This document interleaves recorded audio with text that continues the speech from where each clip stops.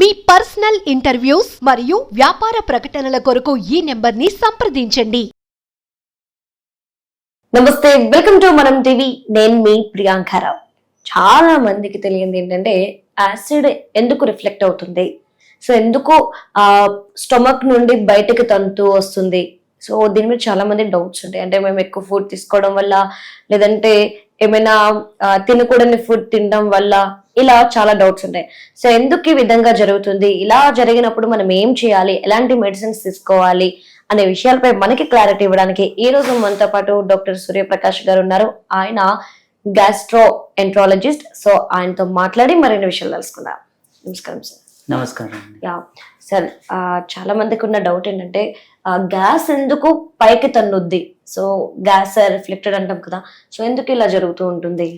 Normal గా మనం తినే ఆహారం మౌత్ లో ఇంచి గొంతులోకి వెళ్తుంది, గొంతులో ఇంచి ఫుడ్ పైప్ లోకి వెళ్తుంది. దాన్నే మనం ఈసోఫేగస్ అంటాము. ఈసోఫేగస్ నుంచి మళ్ళీ స్టమక్ లోకి వెళ్తుంది అనమాట. ఈ యాసిడ్ రిఫ్లక్స్ అంటే రిపీటెడ్ గా మనకి స్టమక్ కంటెంట్స్ ఈసోఫేగస్ లోకి రావడాన్ని యాసిడ్ రిఫ్లక్స్ అని అంటాము. సో ఎందుకు ఈ విధంగా జరుగుతుంది? నార్మల్ గా మనకి ఎందుకు ఇలా జరుగుతుంది అంటే, ఈ ఈసోఫేగస్ ఫుడ్ పైప్ ఉంటది కదా, ఫుడ్ పైప్ కి లోవర్ ఎండ్ లో మజిల్, దాన్నే లోవర్ ఈసోఫేజియల్ స్పింక్టర్ అంటారు. అది వీక్ అయిపోవడం వల్ల ఈ స్టమక్ కంటెంట్స్ అన్ని బ్యాక్ ఈసోఫేగస్ లోకి వస్తాయి. నార్మల్ గా స్టమక్ లో ఉండేది ఎసిడిక్ ఫ్లూయిడ్ కంటెంట్ ఉంటుంది. మనం తినే ఆహారంలో స్టమక్ లో యాసిడ్ ప్రొడ్యూస్ అవుతుంది. అది ఎసిడిక్ గా ఉండడం వల్ల ఆ ఎసిడిటీ, ఆ యాసిడిక్ సొల్యూషన్ ఈసోఫేగస్ దానికి ఇంజూర్ చేస్తుంది, దానికి ఇరిటేషన్ చేస్తుంది. సో ఇరిటేషన్ వల్ల మనకి చాలా మందికి వేరియస్ కంప్లైంట్స్ వస్తూ ఉంటాయి అన్నమాట. ఓకే, ఫస్ట్ థింగ్ అంటే గ్యాస్ ఇలా పైకి తంతున్నప్పుడు, అంటే యాసిడ్ పైకి తంతున్నప్పుడు పుల్లటి తెనుపులు రావడం గానీ, లేదంటే అంతా మంట పుట్టడం లాంటివి జరుగుతుంటాయి. యాక్చువల్గా అసలు మెయిన్ గా ఈ యాసిడ్ రిఫ్లెక్స్ వల్ల రెండు కామన్ కంప్లైంట్స్ ని చూస్తూ ఉంటాం అనమాట. ఒకటి హార్ట్ బర్న్ అంటే ఛాతీలో మంట వస్తుంది. ఇంకొకటి రిగజిటేషన్ అంటారు. రిగజిటేషన్ అంటే మీరు అన్నారు కదా ఇప్పుడు పుల్లటి తేన్పులు అని. ఈ పుల్లటిగా అంటే ఈ ఎసిడిక్ సొల్యూషన్ మనకి పుల్లగా ఉంటది అనమాట టేస్ట్.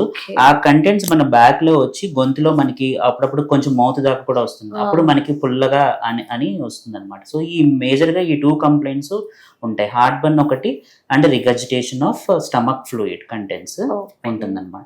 సో ఇలాగే కాకుండా ఈ యాసిడ్ రిఫ్లెక్స్ వల్ల వేరే అన్యూజువల్ కంప్లైంట్స్ కూడా వస్తుంటాయి. కొంతమందికి లాంగ్ స్టాండింగ్ కాఫ్ వస్తుంది, కొంతమందికి మౌత్ వాటరింగ్, ఎక్సెస్ సలైవా వస్తూ ఉంటుంది, కొంతమందికి పళ్ళు పొచ్చడం, డెంటల్ కేరీస్ కూడా వస్తుంది అనమాట ఈ యాసిడ్ రిఫ్లెక్స్ వల్ల. ఓకే, సో ఇలా జరుగుతున్నప్పుడు, ఇలాంటి పుల్లటి తెనుపులు రావడం, ఛాతిలో మంట రావడం, ఇలాంటివి వచ్చినప్పుడు మనం ఏం చేస్తే బెటర్ అంటారు?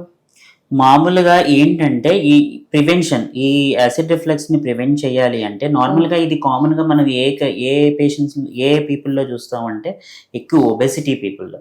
సో ఒబేస్ పీపుల్లో మనకి అబ్డామినల్ ఫ్యాట్ ఎక్కువ ఉండడం వల్ల, ఇంట్రా అబ్డామినల్ ప్రెషర్ వల్ల మనకి ఆ స్పింక్టర్ అనేది వీక్ అవుతుంది.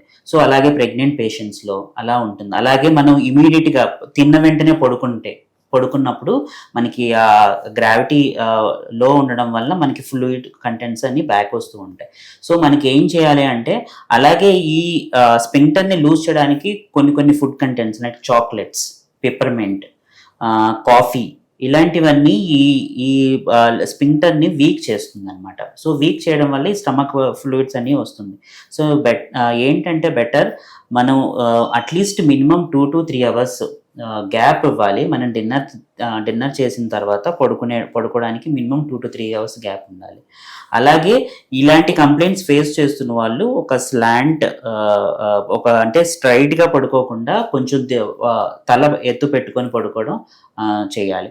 అలాగే మనం ఇప్పుడు చెప్తున్న స్మోకింగ్, ఆల్కహాల్, ఈ చాక్లెట్స్, కెఫీన్ కంటెంట్ ప్రొడక్ట్స్, ఇవన్నీ అవాయిడ్ చేస్తే మనం ఈ యాసిడ్ రిఫ్లెక్స్ ని దూరంగా ఉండడం చూడొచ్చు. అంటే చాలా మంది అంటుంటారు విలేజెస్ లో అట్లా చూస్తే కనుక, ఇలా మంట వచ్చినప్పుడు, తెనుపులు వచ్చినప్పుడు వాటర్ తాగండి, మజ్జిగ తాగండి, అంత నార్మల్ అయిపోతుంది అని. సో ఆ టైంలో వాటర్ అండ్ బటర్ మిల్క్ తీసుకోవడం ఎంతవరకు బెటర్ అంటారు? ఈ వాటర్ అంటే రిఫ్లెక్స్ వల్ల అట్లీస్ట్ సమ్ నార్మల్ గా అయితే కొంచెం వాటర్ తీసుకోవడం వల్ల మేబీ న్యూట్రలైజ్ ఆ స్టమక్ యాసిడ్ ఇది ఈసోఫైగస్ లోకి రావడం వల్ల ఈ వాటర్ తీసుకోవడం వల్ల కొంచెం న్యూట్రలైజ్ వస్తే, but it is not that much helpful. But మన వచ్చిన ఎసిడిక్ కి ఈ వాటర్ కొంచెం కలిసి కొంచెం న్యూట్రలైజ్ అవుతుంది. So it is not advisable, but you can take it. Okay, emergency situations లో మన దగ్గర ఏం లేనప్పుడు.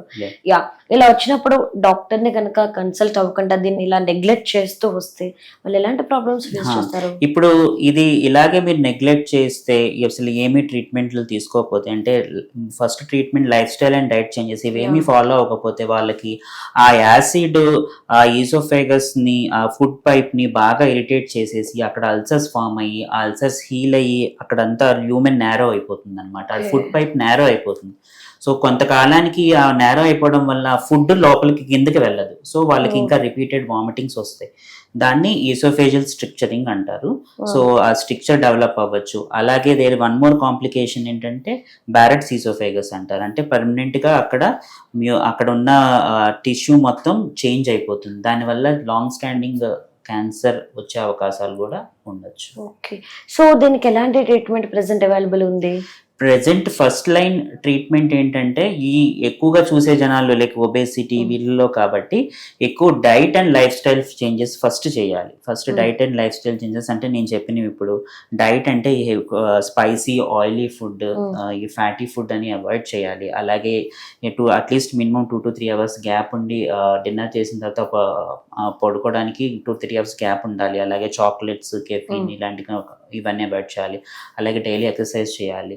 అలాగే వీటితో పాటు మనకి ఆ యాసిడ్ ని సప్రెస్ చేయడానికి మెడిసిన్ వస్తుంది, ప్రోటాన్ పంప్ ఇన్హిబిటర్స్ అంటారు. ఆ మెడిసిన్ వాడాలి. అలాగే యాసిడ్ ని న్యూట్రలైజ్ చేయడానికి యాంటాసిడ్స్ ఉంటాయి, అవి వాడాలి. ఇవి క్రమం తప్పకుండా వాడితే మనకి ఈ యాసిడ్ రిఫ్లక్స్ ని మనం దూరంగా దీన్ని ప్రివెంట్ చేయొచ్చు. అలాగే ట్రీట్ కూడా చేయొచ్చు. యాక్చువల్లీ బయట ఫాస్ట్ ఫుడ్ అని పిజ్జాలు, బర్గర్లు, నూడిల్స్ ఇలా ఎక్కువ ఈ ఫుడ్ కి చాలా మంది అలవాటు పడిపోయారు. సో రిపీటెడ్ ఆయిల్ తో చేసిన ఫుడ్స్ తీసుకోవడం వల్ల కూడా మనం ఈ ప్రాబ్లమ్ ని ఫేస్ చేసే ఛాన్సెస్ ఉన్నాయా? యా, ఎందుకంటే మనకి ఫాస్ట్ ఫుడ్, స్పైసీ ఫుడ్స్ ఇవన్నీ ఏంటంటే ఎక్సెస్ యాసిడ్ ని ప్రొడ్యూస్ చేయడానికి స్టమక్ లో సహకరిస్తాయి. అలాగే ఈ రిపీటెడ్ యూసేజ్ ఆఫ్ ఆయిల్స్ వల్ల ఎక్కువ సాచురేటెడ్ ఫ్యాట్ డెవలప్ అవుతుంది. So saturated fat indirectly it will lead in to other problems also, fatty liver. అలాగే ఈ యాసిడ్ రిఫ్లెక్స్ కావడానికి ఎక్కువ ప్రోత్సహిస్తుంది ఇది. Okay, right. Thank you so much.